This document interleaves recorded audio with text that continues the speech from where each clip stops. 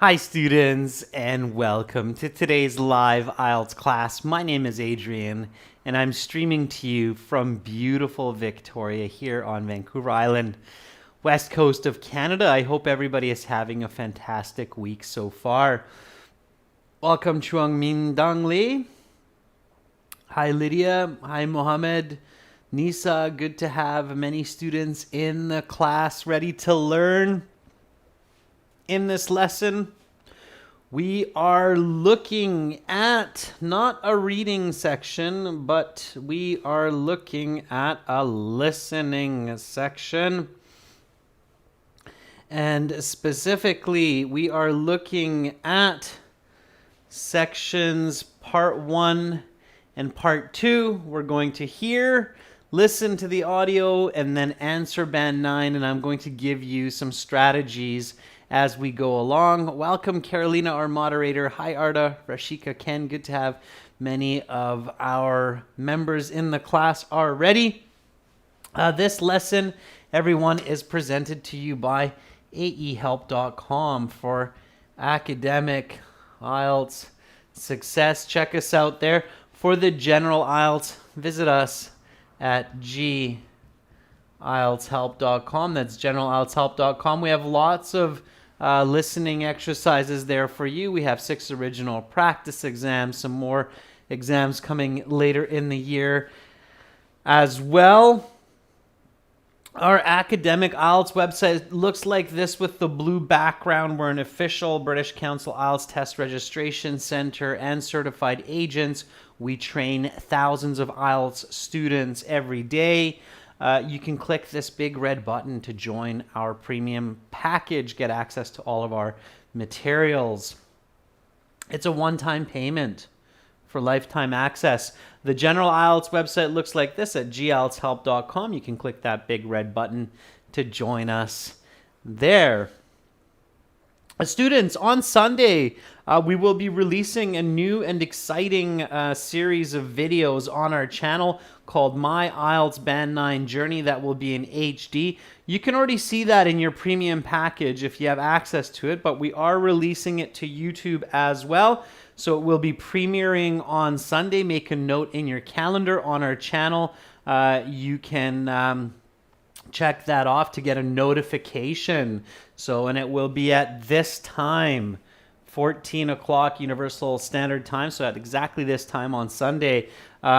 That video series is about me taking the actual IELTS exam. So a couple of months ago, like any other candidate in Budapest, Hungary, I sat the IELTS exam and I went through the steps of registration, preparing, getting my marks. So check that out. All right. So that will be fun. Yeah, Lydia says, I'm excited about that. I'm excited to share it with all of you. If anybody has questions, send me an email, adrian@aehelp.com, and we will answer your questions promptly. Okay, we've got lots more classes tomorrow and Saturday as well. Now let's get into our listening. This is our listening test or exam number 4. In your exam book. So if you have access to our premium package, you'll find this listening there. And we're going to get right into it. So I'm going to play the audio for listening part 1 here in just a moment. Now, right away, one strategy that you want to use, and I keep reminding students of this, and I know that many of you who are regular students are like, oh, I already saw that, but it's a good reminder. Okay, does everybody know, actually, sorry, I should ask because we have students who probably know the answer to this. What's the very first strategy that you should remember in the listening section? Can anybody tell me? Okay. So, listening section strategy number 1, numero uno. What is it? Jasur says vocabulary. I mean, vocabulary is always helpful. Jack says read all the questions. Nope. Proud Nerd says check all the sections. Carolina says, be calm. Yeah, Carolina, I agree. Definitely be calm. That should be a fundamental strategy. Morna says, listen to the main keys. No, that's not, Morna, that's not going to be enough for Band 9. Deepika says, check out the other sections. Deepika, yeah, you're close. Yeah, Nick Hill, very good. So Nick Hill says, read the topic of all sections. Absolutely. So during the instructions, they always have about 1 minute, actually a little bit more. I think it's about 1.25. So 1 minute, 15 seconds of instructions. Look at the topics of all of the 4 parts. Okay, this will help you get a good idea of what is coming. And having that foresight can really help you to save yourself like half a band score. Okay, so here we go, everyone. So that's what we're going to do. So I'm going to play the audio here in just a moment. You're going to hear the instructions. These instructions are very, very similar to the official IELTS instructions. And during the instruction time, we'll take a look at the topics to get an idea, and then we'll review some of the first questions of part 1. Okay, so pay attention to that. Okay, so students, I'm using my headset microphone for this audio. So if it's quiet for you, just turn up the volume. Try to use a headset. I'm just logging into my student account here on our website. And in my student account, I have all of my goodies, my computer-based practice exams, my online course, lesson videos, and I have my IELTS audio CDs here. And this is my 4th exam, so I'm going for CD number 4, and it's track 1. Now, students, put your answers into a separate document. We'll go over them after we finish listening. Please do not put answers into the chat while listening, because that can confuse other students, especially if you're giving a wrong answer. So we'll do it afterwards. Okay, everyone, so here we go. Let's get ready to listen and answer. And firstly, during the instructions, we'll check the topic of each section. Okay, here we go. This recording is copyrighted by 2Think1 Solutions Inc. and World ESL Tutors. You will hear several different recordings, and you will answer questions on what you hear. There will be time given to read the instructions and questions, and you will be given a chance to check your work. The recordings will be played only once. The test is made up of 4 sections. At the end of the test, you will have 10 minutes to transfer your answers to the answer sheet. Now turn to section 1. Listening section 1. You will hear a conversation between a student and a university administrator. First, you have some time to look at questions 1 to 5.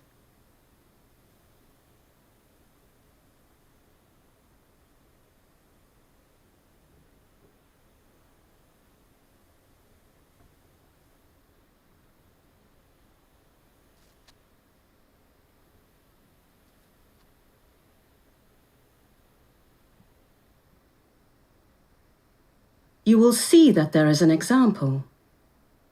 This time only, the conversation relating to this question will be played.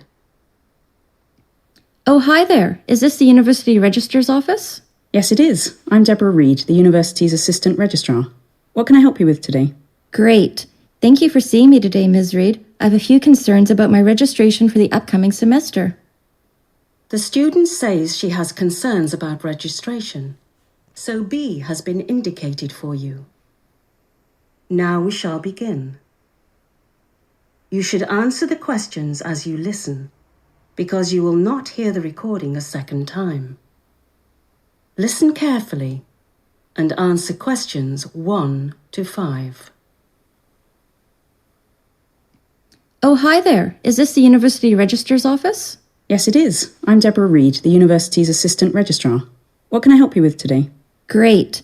Thank you for seeing me today, Ms. Reed. I have a few concerns about my registration for the upcoming semester. Certainly. What can I help you with? Sorry, what was your name again, Ms.? Anderson, Melanie Anderson. And well, my first question concerns my student record. I'm beginning my second year of uni, but my first didn't go so well. You're worried about your marks then, Ms. Anderson, and how they impact your registration status? Exactly. I don't know my precise average, but it is not good. Could you look into this for me? Absolutely. Could you please spell your last name for me? I've seen it spelt with either an E or an O in the final syllable. It's an E. Andersen. My family ancestry is Swedish. Right then. And the next piece of information I need is your student registration number. Okay, it seems I've left my student identification with my registration number on it in the car. Can I give you some other piece of information or identification? Yes, you can. Along with your surname, I can find your account with your date of birth. Great. It's the 20th of August, 1997. The 20th of August, 1997? Yes, that's right. All right. Let's see your account then. Okay, here it is. Well, I see what you mean about your marks. These are certainly not ideal. However, your average is above the level necessary to proceed to year 2 of your programme. However, I do see there's a hold on your account which is preventing you from registering for classes. Yes. See, I thought that was because of my marks. No, it's not. It's actually because you have unpaid library fines. Library fines? Yes. During the past year, you must have been tardy in returning some items to the university library. Yes, I think I was. Hardly seems like a good reason to prevent a student from registering, though. I know how you feel, but books are expensive for the university library to acquire, and we must coerce students to pay fines one way or another. How much do I owe? £6.20. £6.20? Well, I suppose it's a relief the total is so small. You now have some time to look at questions 6 to 10.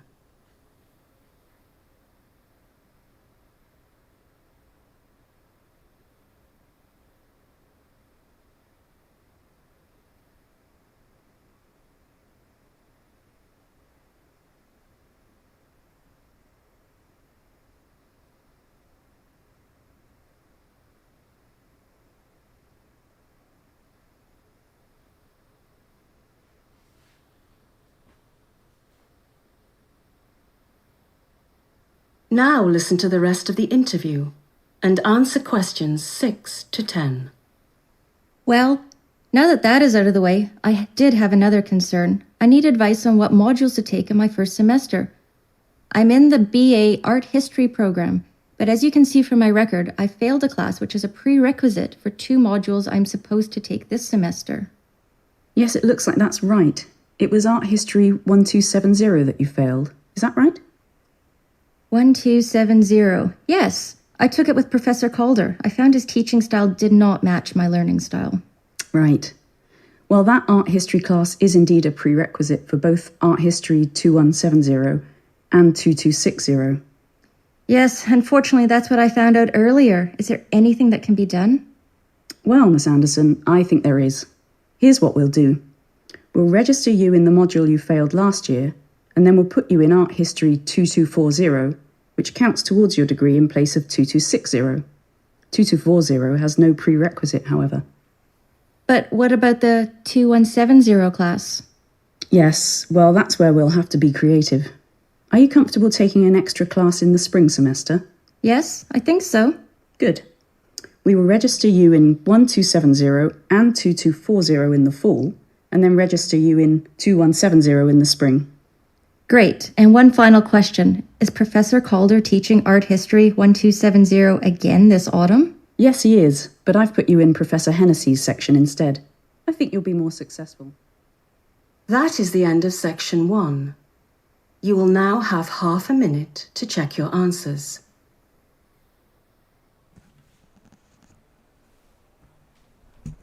And students, make sure to check your answers in that half minute. I'm just going to stop our audio here. There we go. And we'll go through the answers together. But before we do that, so going back to that first strategy, part 1 was about registration for university. So the topics, right, from the introduction and the instructions. So what was the topic of part 2, part 3, and part 4? So part 2. Part 3, just let's get your brain going on these thoughts. We will do part 3 and part 4 of this listening tomorrow. We're going to do part 2 today still in a short moment. So part 3 and part 4. So what was part 2 about? Mohit says part 2 was related to something with a tour guide. Bakrat says it's the tour of a resort. Proud Nerd says, I remember section 4 looked like it was about turtles. Sammy says some kind of a tour. Carolina says resorts, zoos, and a turtle. Okay, yeah. So hopefully you got that it's a resort tour. Part 3 was about zoos. And if you looked carefully for part 3, you could tell that it's going to be some kind of a discussion or debate about zoos, okay, more specifically. So debate of zoos, and part 4 will be about a turtle. Yeah. So life of a turtle. So those are the topics of the 4 parts in this listening section, and in the official IELTS exam, you should have this idea in your head very quickly in the beginning. So what are those? Arda says it's not just any turtle, it's a loggerhead turtle. Arda, you're right. It is a loggerhead turtle. Very good. Okay, so now let's go back. Now, students, just a quick note here. You do not have an example since 2020. IELTS has taken out the example from listening sections. So you don't have that, and they don't call it section 1, they call it part 1, because it's listening section part 1. So they realize that saying that's a listening section, section 1, is a bit confusing. So they changed that to listening section part 1, part 2, 3, and 4. No more examples, so don't worry about this, which kind of, it's, you don't have as much time. They don't give you the example anymore, but whatever, it's not the end of the world. So you get right into question 1. So in which year of university is the student enrolled in? So first year, second year, third year. This was quite clear. They repeated this answer several times in listening part 1. Hopefully everybody got it. Ali says number 1 is B. Jack and Sammy agree. Second year. In the paper-based exam, be really careful. Make sure to write second. In the computer-based exam, it's not as easy to make mistakes in your answer key, because usually this would be like a checkbox or a little circle that you have to click on, so it's easier. Sometimes students in the paper-based exam will actually write second, and then that's wrong. You have to actually put the letter B into your answer sheet. So be very careful with that. Don't write second, okay, in the paper-based test. In the computer-based, it's a little bit more straightforward. Number 2, what is the student concerned about most? Always be very careful with that last little bit. She's most concerned about her marks, her registration status, and or her identification. So number 2, is it marks, registration status, or identification? So a lot of people are saying A, but some of you, Jack, is saying B. And the correct answer is B. Okay, it's not A, right? Always apply logic. So if you're a university student and you are not able to register, okay, so think logically. Logic is very, very, very useful in the listening section, because IELTS is a logical, rational exam. So they give you logical answers as much as possible. So yeah, Pablo says she thought she couldn't register because of her marks, right? Exactly. So she's most worried about registration. If you're a student and you have bad marks, you're going to be worried.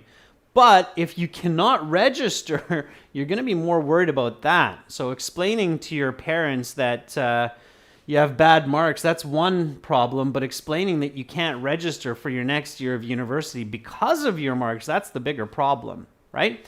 And if you're not sure about that, like if you're like, well, I don't know where the answer came from, check the transcripts. The transcripts in the back of good IELTS study books should always give you this information.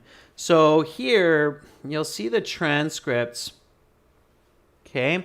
And again, use logic, use your transcripts to do better studying for the listening section. So here is the dialogue between these two people. And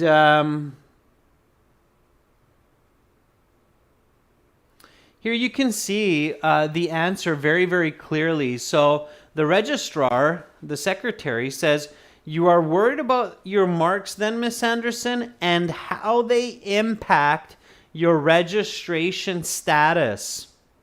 Okay. So she's worried that she cannot register because of her marks. So she's most concerned about her registration. And if you didn't get it right away, they talk more about it later, right? So she said, "Oh, I thought I couldn't register because of my marks, but it's actually because of unpaid library fines." Okay, so what is she most worried about? Okay, so logic and use the transcripts when you're studying. All right.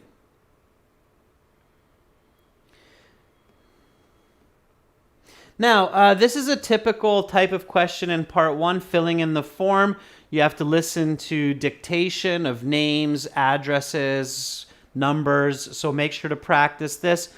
Questions 3 to 5, complete the notes below, write no more than 3 words and or a number for each answer. Okay. By the way, in your listening audio, for those of you who have access to our premium package, you have listening practice for numbers, letters, months, days, and so on. Make sure you practice those.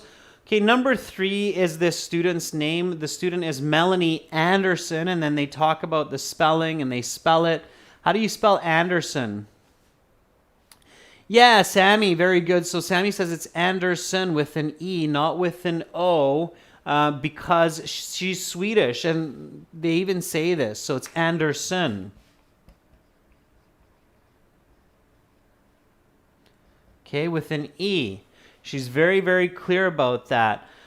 The administrator says, "Oh, in the last syllable, is that an E or an O? I've seen it spelt both ways." And then the woman says, "It's with an E because my family ancestry is Swedish, so it's Anderson with an E, not with an O. So be very careful. If you put an O, Ken, you will get it wrong, okay? First letter has to be capital. Names are capitalized. Yes, you can write all capitals, but it's slower. Okay? Definitely for me, it's slower to write all capital letters than lowercase letters, so careful with that. Okay, and it's easier to make spelling mistakes as well. Birthday, when was she born? So they're looking for her information. She doesn't have her registration ID card. The student kind of seems like she's a bit all over the place. So her birthday, Carolina says it's August 20th, and Carolina writes that as Aug 20th. Yeah, so Aug 20, that's all you need. Okay, that's the fastest, simplest, best answer. So AUG.20. You don't really need the dot, but it is the correct form, so I like to include it, AUG20. Okay, library fines. We see the pound symbol there, so we do not need the pound symbol because it's in the question. We just need the number. So she's not able to register because she forgot to return her books. Well, this student, right? No ID card, bad marks, doesn't return books. Do not follow this student's example in university. Return your books. So you don't pay library fines, get good marks. Remember to take your university registration number with you, your ID card, when you're at university. Okay, so not a model student, not a model student, all right? So £6.20, we've got lots of people writing £6.20, absolutely. So yeah, learn from this student's mistakes. Don't give yourself a headache, right? Okay. Lei Quen Hui, it's absolutely with a dot when you're using an abbreviation, not a comma. AUG dot 20. Don't use a comma for that. That was a good question. All right. So we've got a few more questions to go here. We've got halfway through. You had a little bit of time here to review questions 6 to 10, and you should review. Yeah. All right, so number 6, what program is the student enrolled in? Now be really, really careful. It says no more than 3 words. So Arda says BA Art. Arda, that's not enough. So BA is a good start, but it's not enough. Dan Ewan says Art History. Yeah, so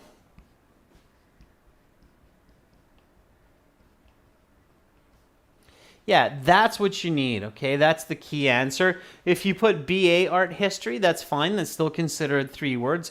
Bachelor Art History, that's okay. Bachelor of Art History, careful. They probably will not give you that mark. The of is a 4th word. So BA Art History, Vanshika, perfect. Grosby John, got it right. Okay, so BA Art History. You don't have to have BA. The program itself is Art History. The level of the program is Bachelor. Okay, but the program itself is Art History. All right, then you had to do a little bit of matching information. They actually really like this type of question these days in the IELTS, so it's a good chance you're going to see this. So you've got 3 course numbers, 2170, 1270, and 2260. And then you have 3 choices, taken and failed, will take in the spring, not taking at all. So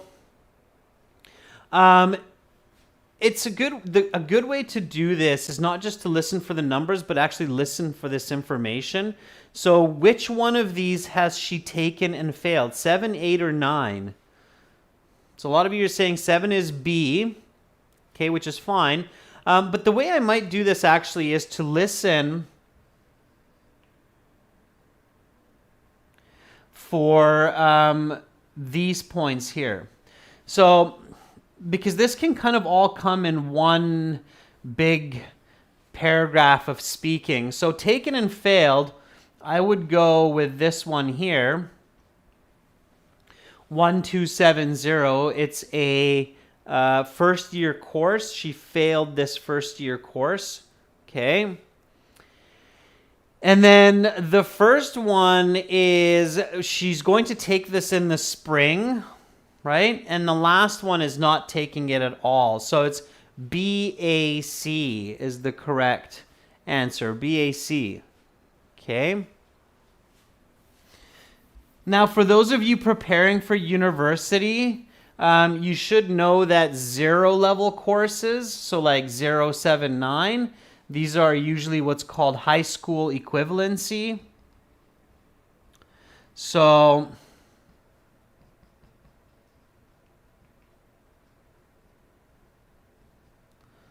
high school equivalent, so high school, well, I should say high school level courses, okay?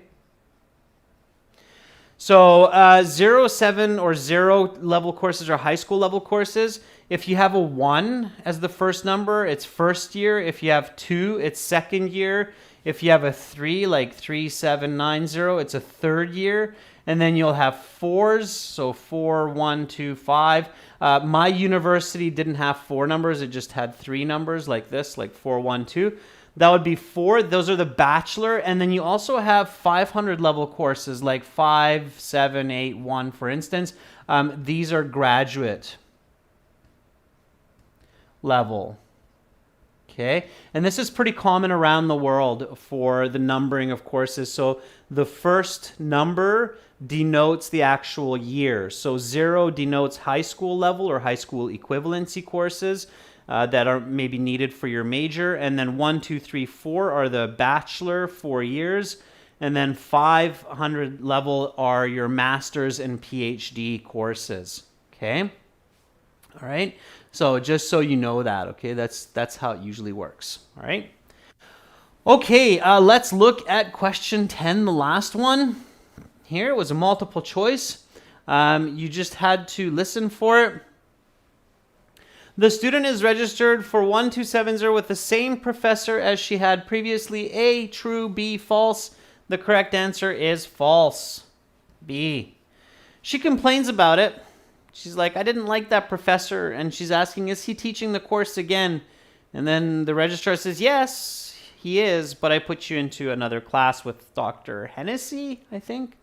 Okay, so the correct answer here is B, false. She's going to be in a class with a different professor. Again, if you missed that, so if you didn't catch this one, what should you do? So this is, I said this for a previous answer. So if you miss this and you're like, huh, what? I thought that was true. But then it's like, no, it's false is the correct answer. What should you do? If you get this wrong, what should you do? If you thought it was A, but now you realize it's B, very good, Jack. Jack Williams says, read the script, read the transcript, check out what happened. And if you don't want to go right to the transcript, Jack, you can listen again to the audio and see if you can catch it the second time when you're practicing at home, of course. And then if you still don't catch it, then you can obviously go to the script and read it and see what's going on. Okay. All right. So how did you do, students? What did you get from 10? So what was your mark out of 10?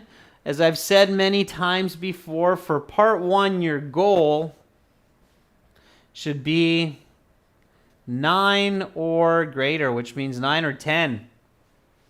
Okay.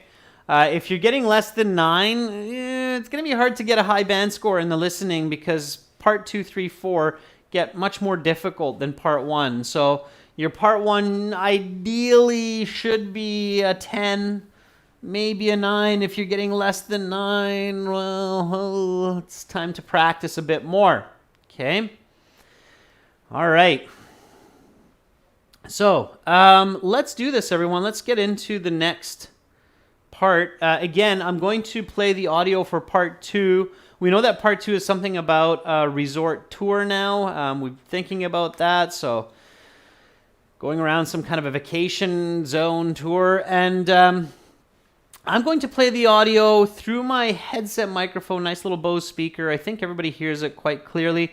Turn up the volume. Don't put your answers in the chat. Put it into a separate piece of paper. We'll go through it after. Okay, here we go, everyone.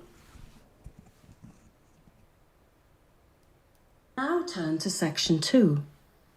Take some time to look at questions 11 to 16.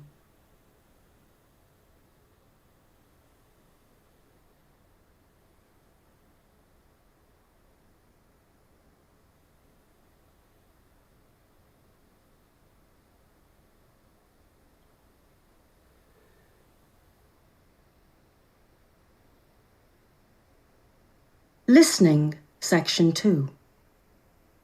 You will hear a woman showing a group of people around an all-inclusive resort hotel. First, you have some time to look at questions 11 to 16. Now listen carefully to the interview and answer questions 11 to 16. I'd like to welcome all of you to the White Sands 5-star resort here in beautiful Varadero, Cuba. Today, I'm going to show you the fine features you'll get to experience during your stay here at White Sands. Before we begin, does anyone have any questions? Hi there. Yes, I have a quick question. How long will the tour be?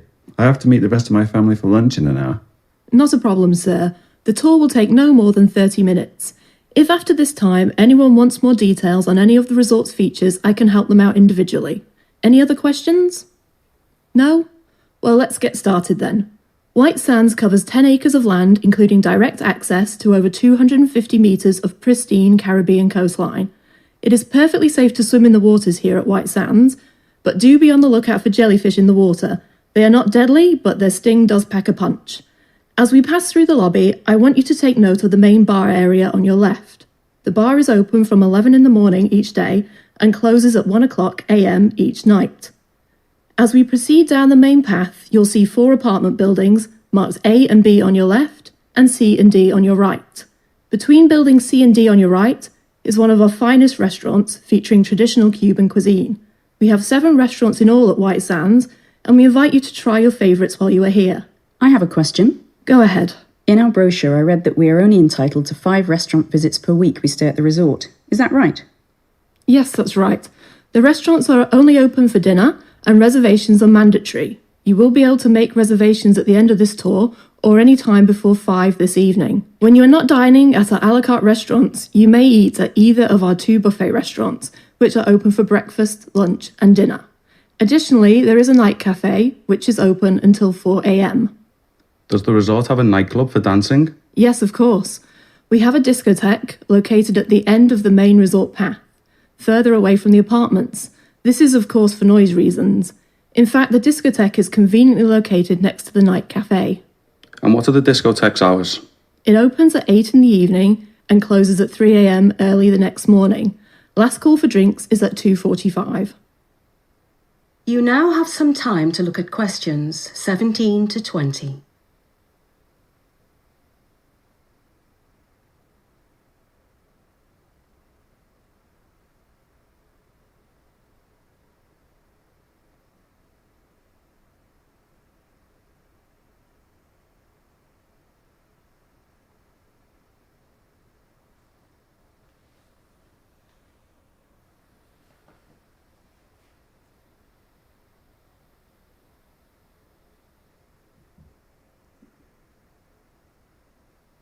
Now listen to the rest of the interview and answer questions 17 to 20.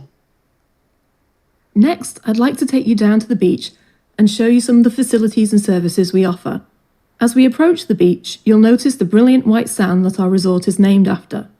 The sand is incredibly fine and is lovely to walk on in your bare feet. Now you can see to your left is one of our beach bar facilities. There is also another beach bar about 100 metres to your right. These bars serve beer and cocktails from noon until 4:30 in the afternoon. On your right is a small cafe serving snack food items during the same opening hours as the beach bar. And straight ahead of us is our beach changing facility, where you can change into your swimming costume, use the toilet, or have a shower. Are there any water sports included in our holiday package? Good question. Yes, there are. You have unlimited access to our skimboards, surfboards, and beach sports equipment, such as beach volleyball and football. Additionally, you may sign up for windsurfing at our activity desk, located adjacent to the resort lobby. Finally, you may also register for our weekly water polo tournament, which is held each Friday afternoon at 2:30. Does anyone else have any? That is the end of section 2. You will now have half a minute to check your answers. All right, students.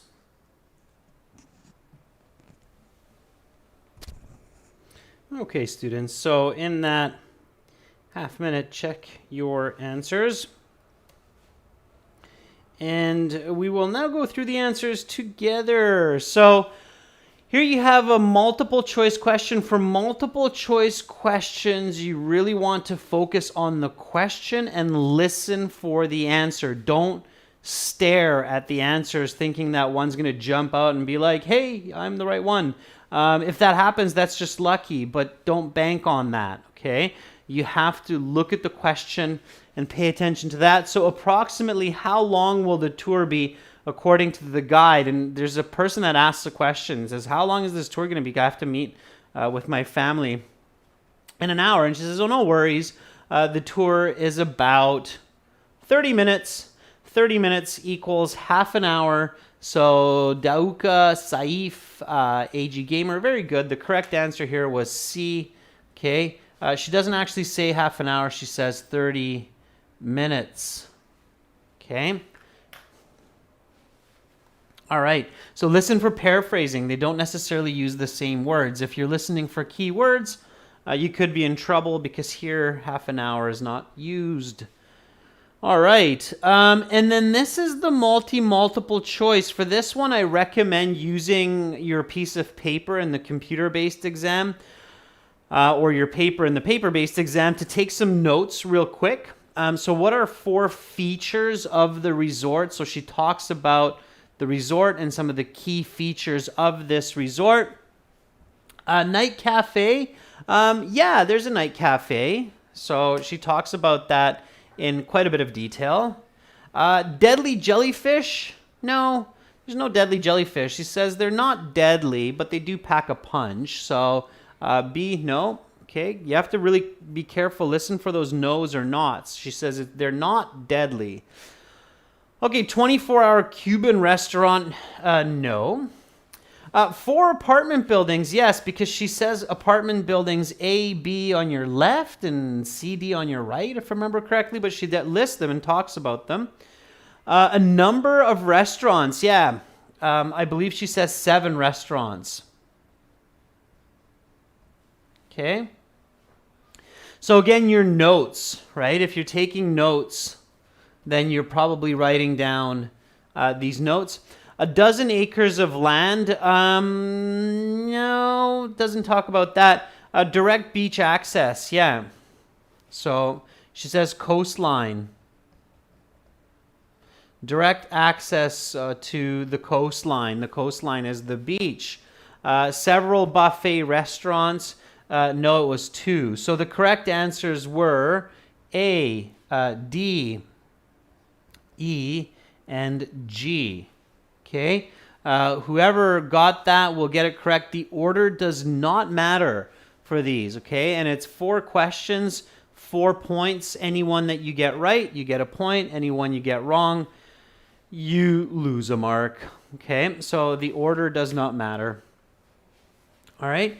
Again, take notes for this. Listen carefully. Make sure you review these questions well in the time that they give you. Okay, this is the multiple choice.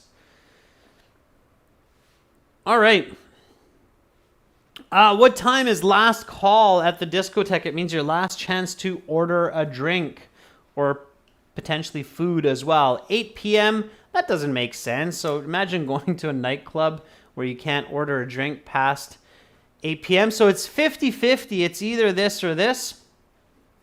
Usually last calls are just a few minutes before the restaurant or the club closes. So if it's closing at 3 a.m., then the last call will be just before that at 2:45 a.m. So if you want to get a drink and you order at 2:45, you're good. If you order at 2:50, they'll say sorry.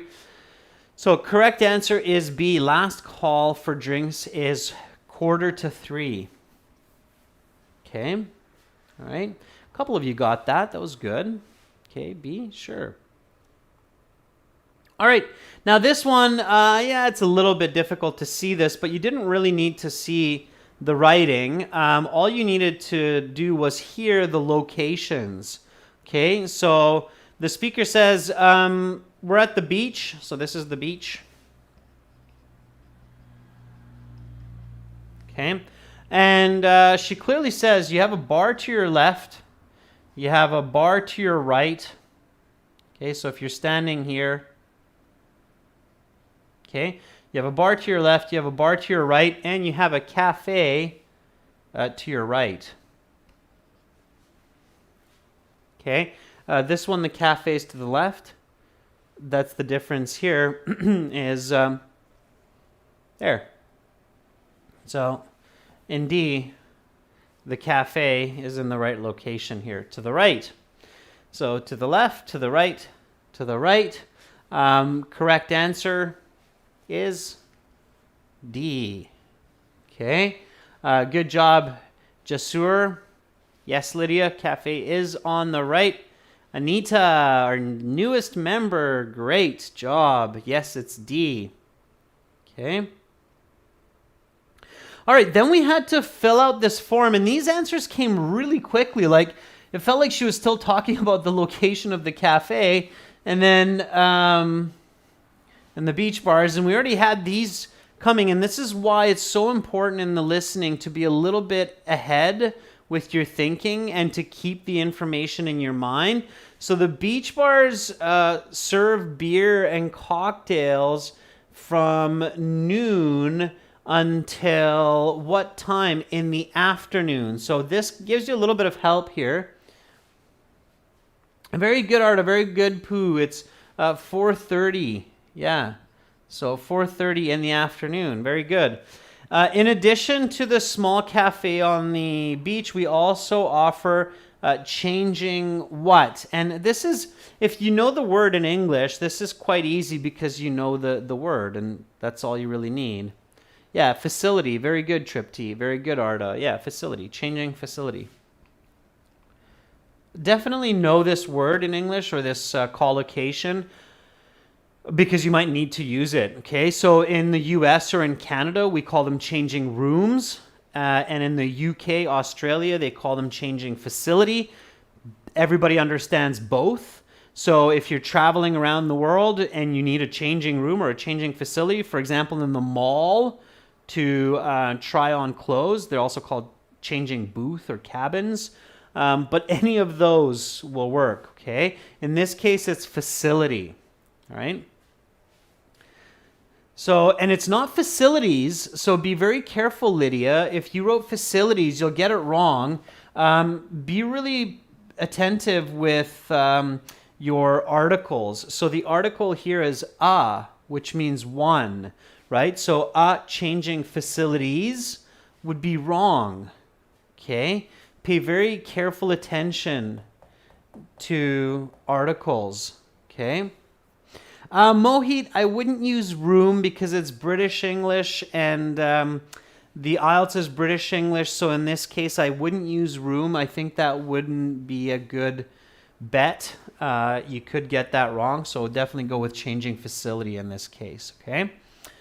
All right, where you can change in and out of your swimming costume. In Canada, we say swimming suit, or US, but British swimming costume, sure. We also offer plenty of sports at the resort. Whether it's skimboarding, beach volleyball, football, windsurfing, or our once a week, what?